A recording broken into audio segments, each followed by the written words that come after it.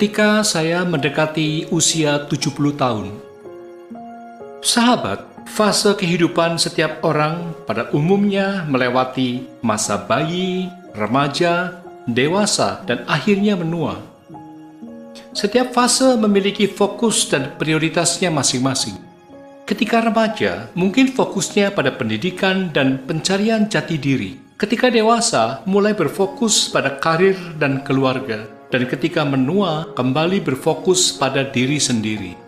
Setelah sekian puluh tahun berjuang dan memikul tanggung jawab keluarga, kinilah saatnya mensyukuri dan menjalani hidup dengan cara berbeda. Cara-cara yang lebih arif, lebih welas asih, dan bermakna. Misalnya, lebih rajin beribadah, lebih seksama menjaga kesehatan, senang mencari ketenangan, atau memilih untuk menciptakan kesenangan atau kepuasan batin dengan menjadi berkah bagi orang lain. Saya melewati usia 60 tahun dan menuju 70 tahun, memiliki beberapa outcome atau komitmen. Beberapa sudah saya lakukan sejak awal, sebagian lagi sedang dan akan terus saya lakukan ke depan. Inilah beberapa komitmen yang sudah, sedang, dan akan saya jalankan itu. Pertama, setelah mencintai orang tua, saudara, pasangan, anak-anak, dan teman-teman saya, kini giliran saya mencintai diri saya sendiri. Kedua, dunia tidak berada di pundak saya, dan saya pun menyadari bahwa saya memiliki keterbatasan. Saatnya untuk berbagi beban dan tanggung jawab. Ketiga, berhenti tawar-menawar dengan pedagang kecil. Selisih rupiah yang tidak seberapa tidak akan membuat saya kaya. Mungkin itu malah bisa membantu si pedagang menabung untuk membayar biaya sekolah anaknya.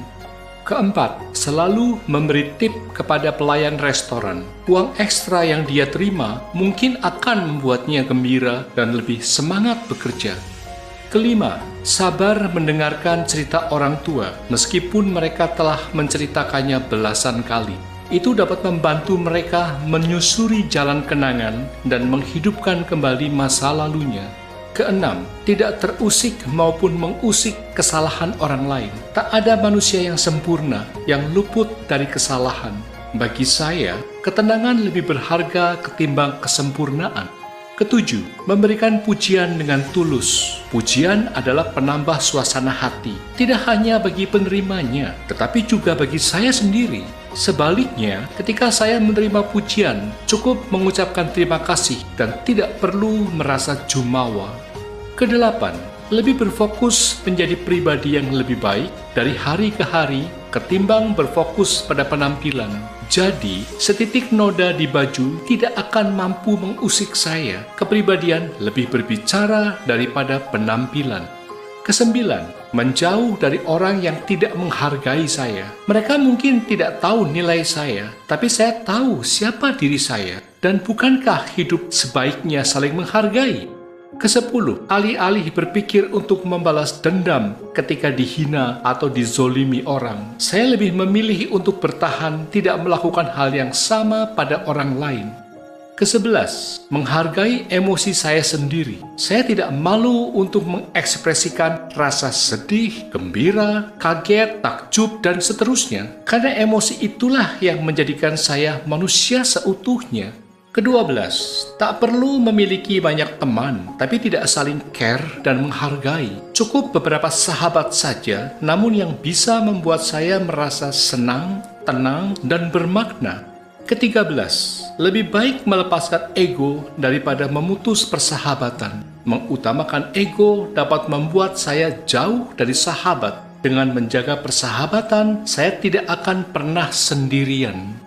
Ke-14, selalu berpikir seolah-olah ini adalah hari atau kesempatan terakhir, sehingga saya tidak menyia-nyiakannya untuk selalu melakukan kebaikan dengan cara-cara yang baik. Ke-15, saya melakukan apa saja yang membuat saya bahagia, karena sayalah yang bertanggung jawab atas kebahagiaan saya sendiri. Kebahagiaan itu pilihan, bukan? Anda bisa bahagia dengan cara apa saja dan kapan saja. Pilih saja sendiri, asal tidak menyikut orang lain. Sahabat, Saya memutuskan untuk mengirimkan pesan ini kepada banyak orang tanpa harus menunggu usia saya mencapai 70 tahun. Untuk hal baik, mengapa kita tidak mempraktekannya pada tahap dan usia berapapun?